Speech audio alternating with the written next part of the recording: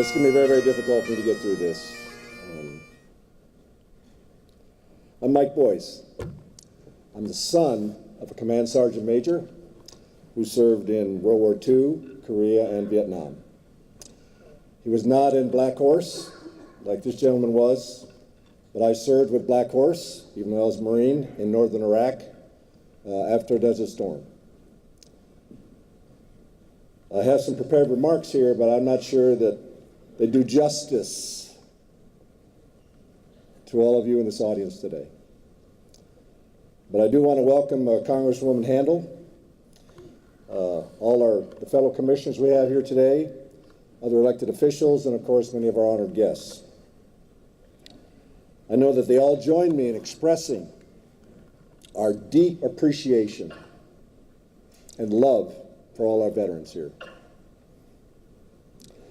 However, never to be forgotten are the spouses, parents, family members, friends who supported you while you're over there. As you know, my father was one. I have an uncle who's on the wall, and we all have friends and family somewhere that probably are on that wall too. All of you, veterans, family members, support establishment, all of you never blinked in your duty and your devotion to this greatest nation that history has ever known, the United States of America.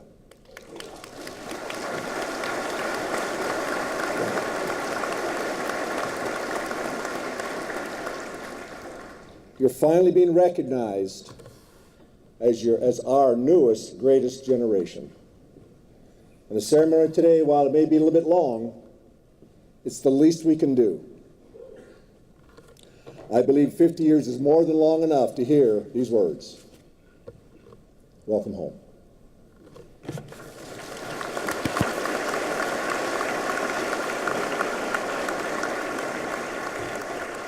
Our Father, our Heavenly Father, we welcome your presence today. We thank you for this meeting. Enable us to be refreshed and renewed by the transforming nature of your extravagant love. Oh, you so loved us, and we thank you. Hallowed be thy name. Hallowed be thy name. What a name. What a name that is above every name, that someday every knee will bow and every knee shall confess, every tongue will confess that you are Lord. And we bow before you today because thine, O Lord, is the greatness and the power and the glory and the majesty and the victory, for all that is in the heaven and in the earth is thine. Thine is the kingdom, O Lord, and thou art exalted as head above all. Wow, what a statement. Thank you for this ceremony.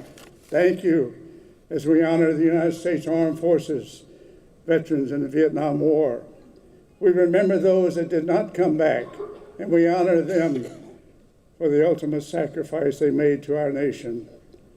Thank you for your protection of those that did come back, and now those present in this gathering for special recognition of their service. I thank you for Commissioner Joanne Barrow and the Cobb County Commissioners and Committee that organized this gathering today. Thank you. Thank you for Mike Boyce and Representative Handel, and for Veteran Service Commissioner Mike Robbie and all the other national, state, and local leadership on the program today. We commit this time to you, Lord, for you are grateful. We're grateful for your presence and your blessing. And with respect to others, I humbly make my prayer in the name, that postage stamp, in the name of the Lord Jesus Christ. Now, unto him that is able to keep you from falling and to present you faultless before the presence of his glory with exceeding joy, to the only wise God, our Father, to him be praise and dominion both now and evermore. Amen. It is such an honor to be with so many heroes in one room today and your families. God bless you. Thank you for your sacrifice. Before I go any further, welcome home, guys. Welcome home.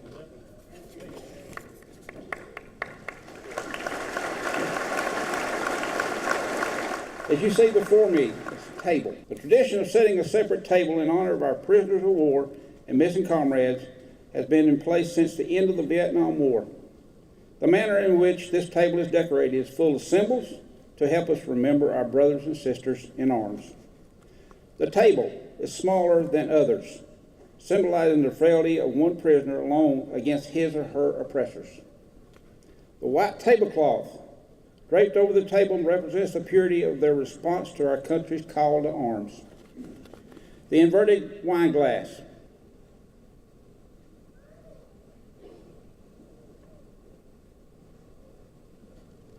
reminds us that our distinguished comrades cannot be with us to drink a toast or join in the festivities of this day. The round table shows our concerns for them are never ending. The Bible represents the faith in a higher power and a pledge to our country, founded as one nation under God. The black napkin stands for the emptiness these warriors have left in the hearts of their families and their friends. The single rose reminds us of their families and loved ones. The red ribbon represents the love of our country, which inspired them to answer the nation's call. The candle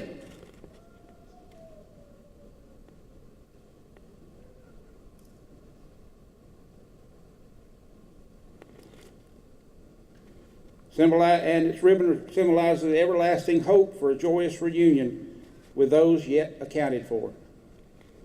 The slice of lemon on the bread plate reminds us of their bitter fate. The salt upon the table reminds us of the tears of their families. The empty chair depicts an unknown face representing no specific soldier, sailor, Marine, airman, or Coast Guardman, but all who are not here with us. The ceremonial guard will now render the appropriate honors to the POWMIA table. Please notice this honor salute. They salute the empty chair, representing our missing men and women. They cover their eyes to display our sorrow at their absence. They rest their hand over their heart to display our respect and honor for their continued absence and to maintain our pledge to never forget them. Good afternoon, everyone. Congresswoman, Senator Kay Kirkpatrick, all our elected officials, it's indeed an honor to be with you today. Do we have any generals in the audience? No generals? I'm going to tell you a real quick joke, and then I'll get started with my little speech. Now, I also, as Mike said earlier, I come from a military family. My father's a retired sergeant major. My older brother's retired first sergeant. I'm a retired sergeant major. My next brother, he finked out and went to OCS. He retired as a major. And we got a young Steve, the baby brother, was an E4, got out, joined the Air Guard, retired as an E7, and a sister who said, I don't want any part of the military. My father and my brothers give 107 years in uniform. You have an aircraft that's fixing to go down. You have 5 people on board. As you were, you have 4 people on board, but you only have 4 parachutes. So the first gentleman says, I'm a family man. I can't die, so he goes. Second gentleman says, I'm a businessman. I can't die, so he goes. Third gentleman says, I'm a general. I'm smart. I can't die, so he goes. I'm going to use this next gentleman as a sergeant major, and I'm going to use the last gentleman as a young private. So the sergeant major looks at the young private and he says, son, I'm fixing to retire after 30 years in the United States Army. I want you to take that last chute and you go. The young private looks up at the sergeant major and he says, Sergeant Major, that smart general just grabbed my rucksack. We both have a chute. Let's go.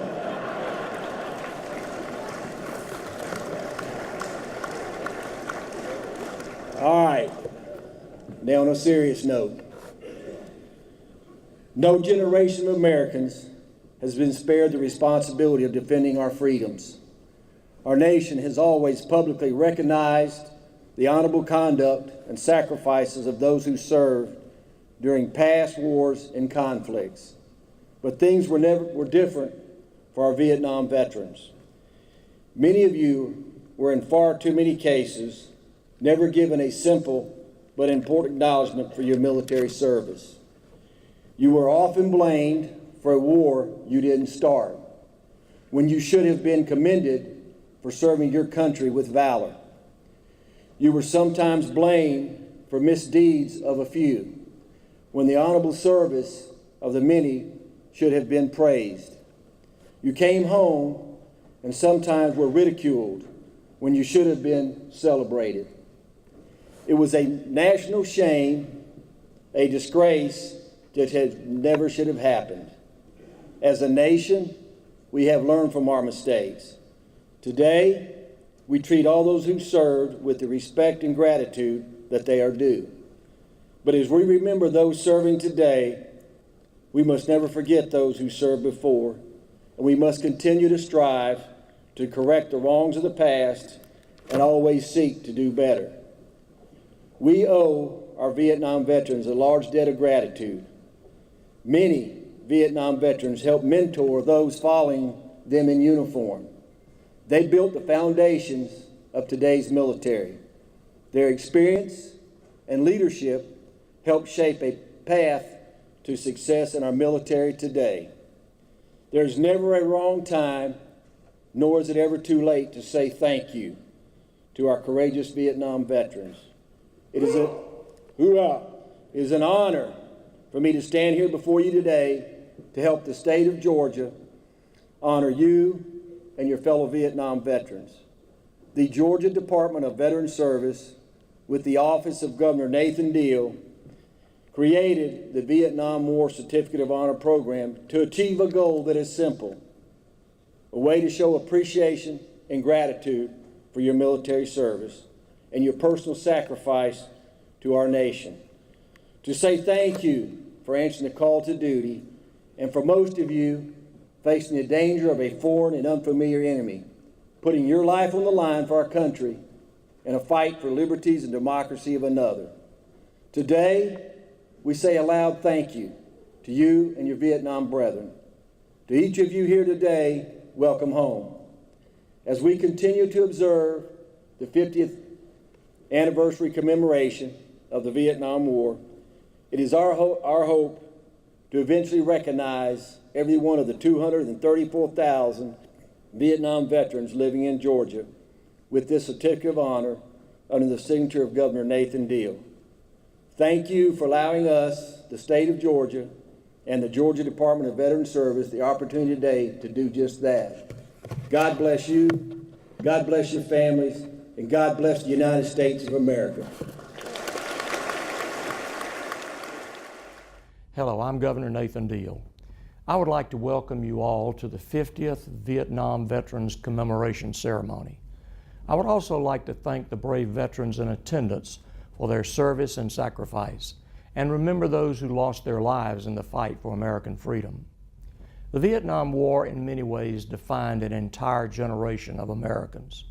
The ground offensive officially began in March of 1965 with the deployment of 2,500 Marines. By Christmas of that year, nearly 200,000 American troops were in the country. More than 200,000 of Georgia's sons and daughters served in the military during the Vietnam War. 1,584 were killed in action. 8,534 were wounded in action. 21 were held as prisoners of war. 30 are still unaccounted for. By the end of the Vietnam War in April of 1975, nearly 3 million American servicemen and women had been on the ground, in the air, on the rivers, and at sea, serving our country within Vietnam's borders. Today, the U.S. Department of Veterans Affairs estimates that roughly 234,669 Vietnam veterans call Georgia home.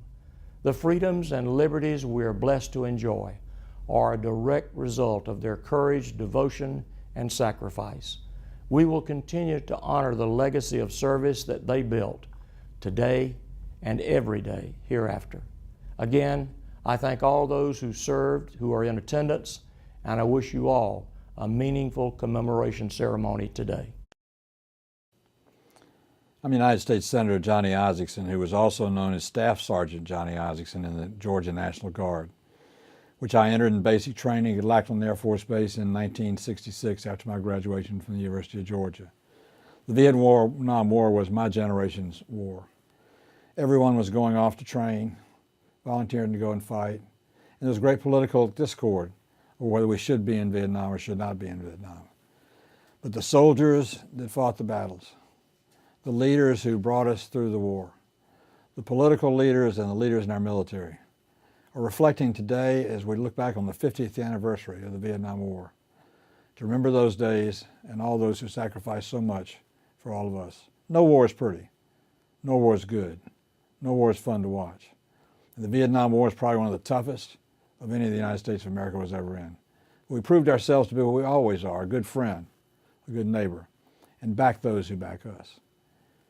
My very best friend was a guy named Jackson Elliott Cox, United States Marine Corps First Lieutenant, who graduated from the University of Georgia in 1966, went to basic training with me. He went off to the Marine Corps and to Parris Island. I stayed at the Air Force and went to Lackland Air Force Base. Jack, 2 years after that, was in the Vietnam Theater of Operation near Saigon. And 1 month before he was to come back on his first 13-month tour, he was shot by a sniper and killed. Pierre Howard, the former Lieutenant Governor of Georgia, Alex Crumbley, one of my very best friends from Big Donna, and myself, stayed up for the wake for Jack when his body came back from Vietnam in 1969. The most meaningful 7 days of my life were the 7 days I spent with his parents in rural Georgia on Liberty Street in Waynesboro, as their neighbors would come from far and wide to pay their tributes to Jack's work and their sorrow to Jack's parents, Emily and Sydney. We were a nation that was torn and in trouble, and many of our soldiers didn't get the treatment they should have gotten. But Jack got it that day from the people on Liberty Street in Waynesboro. And I've tried to always go every time there was a Vietnam soldier or a Vietnam veteran who lost their life for our country in that period of time. I've tried to go pay my respects as well. No matter what the politics of war is not pretty. And it hurts those that help the most to have it, the soldiers who fight in the fields. So on this 50th anniversary, we give thanks we live in the greatest country on the face of this earth. We give thanks for those who volunteered and sacrificed their lives in the wars that preceded the current battles and conflicts in Afghanistan and Iraq. We know there will be others in the future. We know they'll be just as bad and just as untasteful and just as difficult. But we know that if we're not strong and we ever start negotiating from a position of weakness rather than strength, we'll never be the America our parents founded and our brothers and sisters fought for. So on this special day, say a prayer and give thanks for the men and women of the United States military, for our country, and for the 50th anniversary of the war in Vietnam.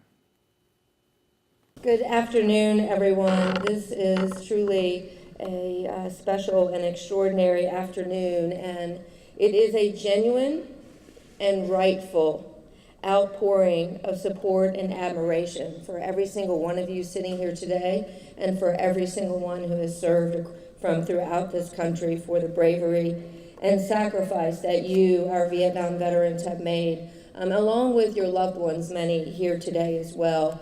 The United States of America's Vietnam War Commemoration Initiative was authorized by Congress in 2008 and implemented through presidential proclamation in 2012. Specifically, this commemoration extends from its ban on Memorial Day 2012 and will run through Veterans Day 2025.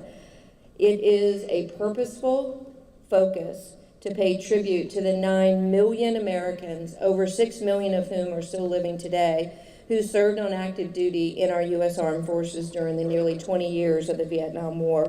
It is to honor your sacrifice, the sacrifice of your families, and thank those who contributed so much here on the home front. Across the U.S., community leaders like those here on the sides and here have come together across the country to assist a grateful nation in thanking and honoring you. We are indeed a grateful nation and a grateful people. Each branch of the U.S. military carried out a unique role, as you well know, throughout the war, whether Air Force, Army, Navy, Marines, or Coast Guard, from logistics to combat to medical assistance to rescuing the fallen and the captured soldiers in the air, on the sea, down those rivers, and on the ground. You answered the call. You did so willingly. You did so with great commitment to our country and to the freedoms upon which this nation was built. And I would be remiss if I did not specifically recognize one of those rescued POWs, my friend Senator John McCain, whose life has been one of service, sacrifice, and honor. And as his family deals with the difficult days ahead, I know I will, and I'm sure many of you will lift them in prayer. The U.S. engagement in Vietnam, yes,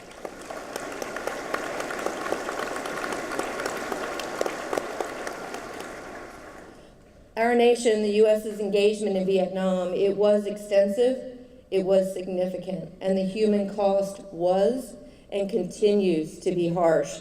Nearly 60,000 members of our armed services lost their lives in that war, and thousands more today. Many of you right here in the Civic Center this afternoon struggle still with lasting wounds to mind, body, and soul.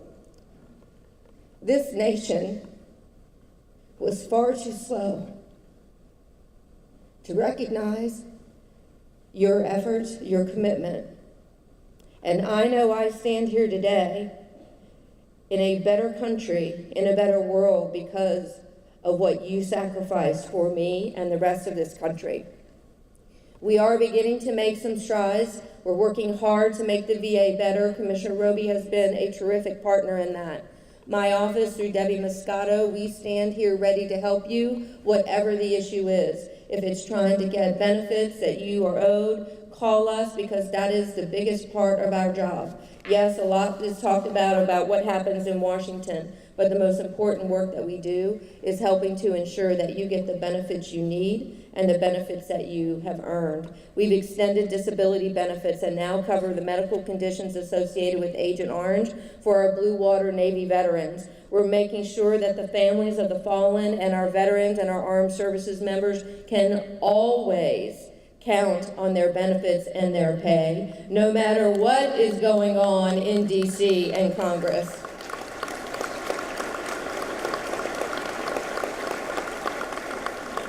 And we are insisting that the Department of Defense and the related agencies continue with the greatest resolve and the most determination to investigate, recover, identify every United States personnel designated as unaccounted for from the Vietnam War and every conflict, and bring our men and women home.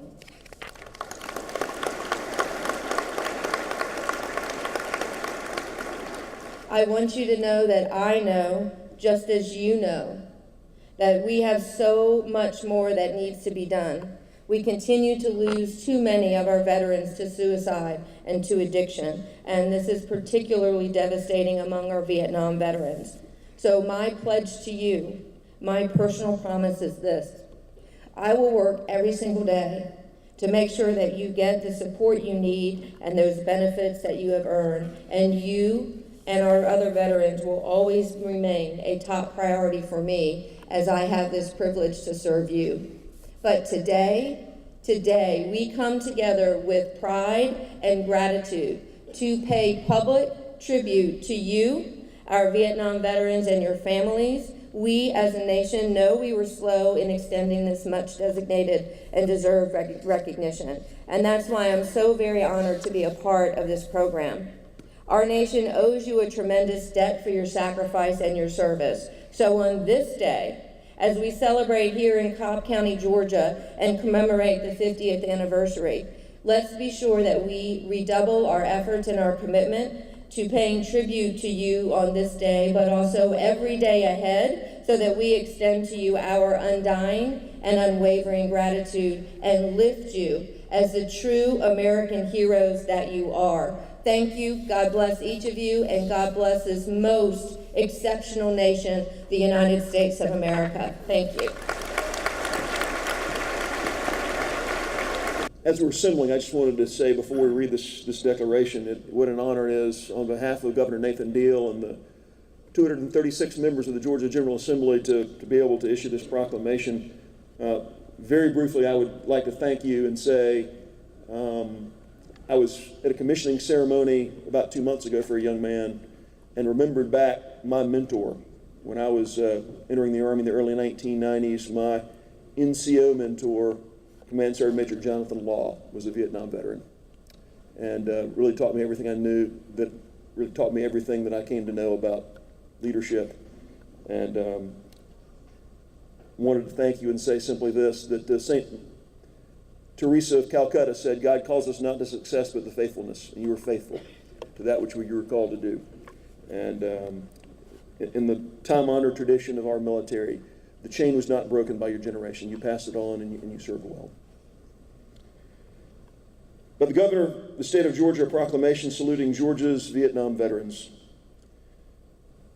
Due to the controversial nature of the 11-year conflict, many returning veterans from Vietnam did not receive the respect and gratitude they deserved for serving our nation's armed forces. And the more than 235,500 Vietnam veterans living in Georgia today are part of a generation who put their personal lives on hold and answered the call to duty under a tumultuous time in American history. Our state capitol grounds and all across America stand memorials, monuments, and eternal tribute to the United States service members who made the ultimate sacrifice, were held as prisoners of war, or are still unaccounted for and missing in action as a result of the Vietnam War. Georgia's Vietnam veterans are to be highly commended for their courage, bravery, devotion to duty, and sacrifice in the fight for peace and democracy. And it's imperative that we remember and appreciate these Georgians with grateful hearts for their contributions and sacrifices while wearing the uniform of the United States Armed Forces during the Vietnam War.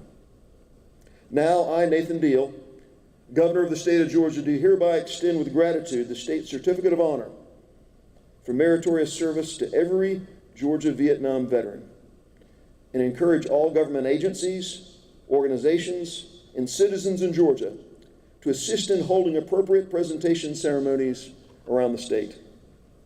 In witness thereof, I have hereunto set my hand and caused the seal of the Executive Department of the state of Georgia to be affixed this 20th day of March in the year of our Lord, 2015. Signed, Nathan Deal, Governor of Georgia.